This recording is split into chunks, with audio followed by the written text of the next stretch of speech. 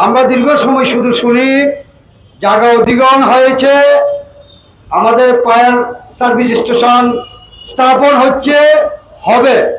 কিন্তু আমরা আজকে ব্যবসায়ী সমিতির ব্যানারে, ব্যবসায়ীদের ব্যানারে আমরা কিন্তু আর কখনো সুযোগ পাই নাই, আমরা করি নাই।